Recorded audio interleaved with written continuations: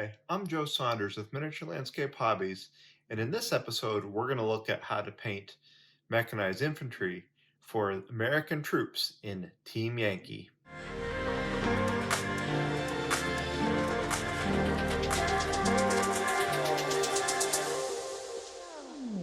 Before we get into this tutorial, I'd like to give my viewers a quick update. I'm going on vacation for a few weeks, so the frequency of my videos are going to slow down for a while, just probably until the end of August. Come September, we should be back to the regular schedule. That being said, I've got quite a few videos in the can, so I'm going to try to get one out a week. So don't worry if you see things slow down. I'm still producing videos. I'm just going to enjoy a little bit of family time. Videos for painting infantry for Team Yankee or Flames of War are always amongst my most popular. So I thought, since I was on a bit of a Team Yankee kick recently, I might as well document how I paint my American mechanized platoons. I have covered this before. I am more of a tank painter, and really my specialty is terrain. So when it comes to painting infantry, I'm really just trying to get them a shade above passable and put them on the table.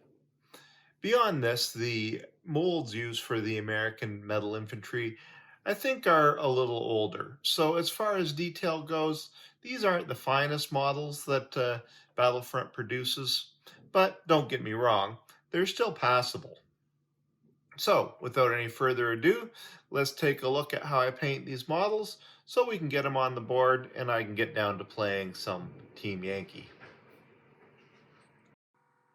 I start by preparing the models, gluing them to a piece of wood with hot glue, and then I prime them with a matte black spray paint. I make sure the spray paint has a couple hours to dry because metal models tend to chip if the primer isn't completely dry. And then after this is done, I get out Vallejo US Olive Drab and quickly give the models a dry brush. I let the dark areas show through in the crevices, but let the olive drab settle onto any of the smooth or raised surfaces. Once the olive drab has dried, then I get out German Camouflage Bright Green and redo the process, dry brushing them with the color, maybe just a little bit lighter to let the olive drab show through.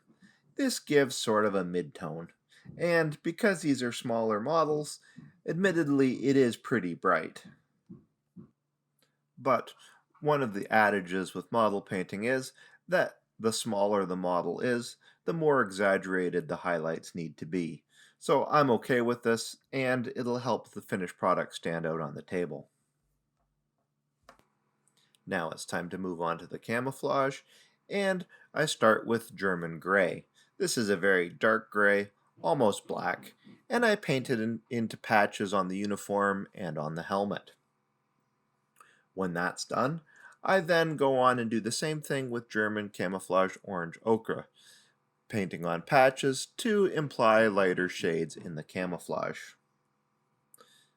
With this complete, the uniforms are pretty well in hand, so I just go in and paint on a true highlight using the tip of my brush by mixing German yellow with a little bit of German camouflage bright green. I focus on the cuffs and the raised portions of the uniform. Now it's time to work on the skin tones, and I start with Vallejo Flat Flesh. I paint it onto the face and hands, and I let the dark colors from the base coat show through in some of the deeper areas, such as between the fingers or in the eye sockets.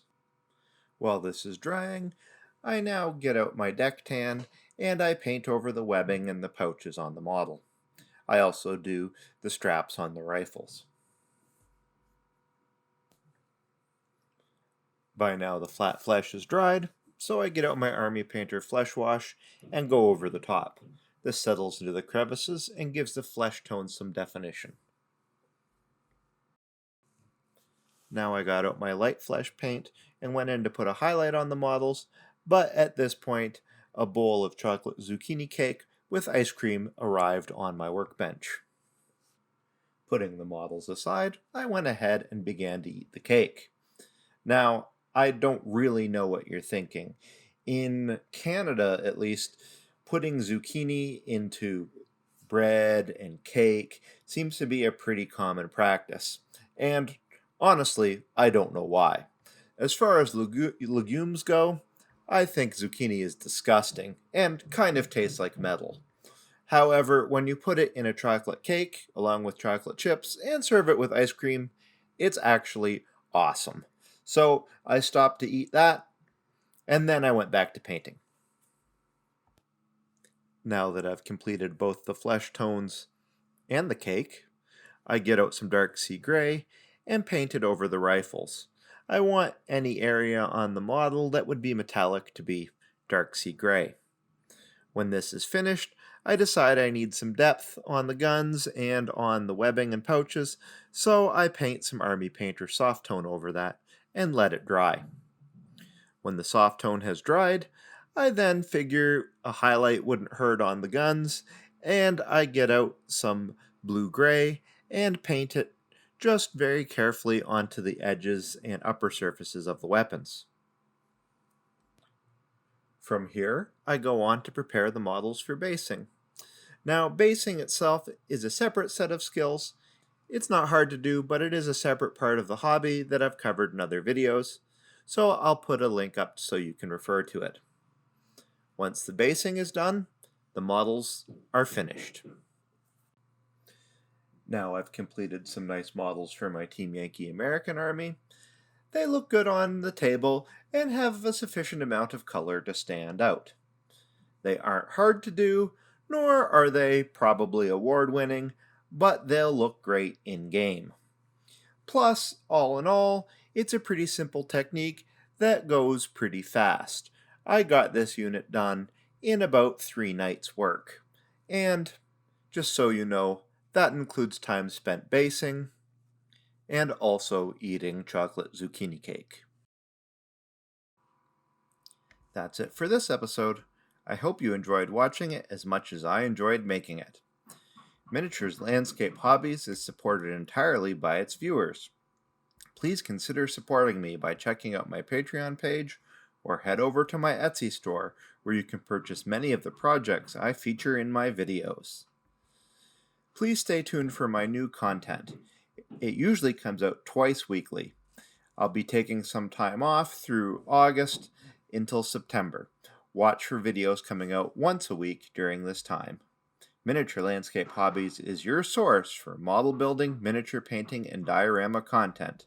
If you've not yet subscribed, make sure you do, and press the bell button to receive immediate notification so you do not miss out. Thanks for watching, and until next time, remember to keep building life in miniature.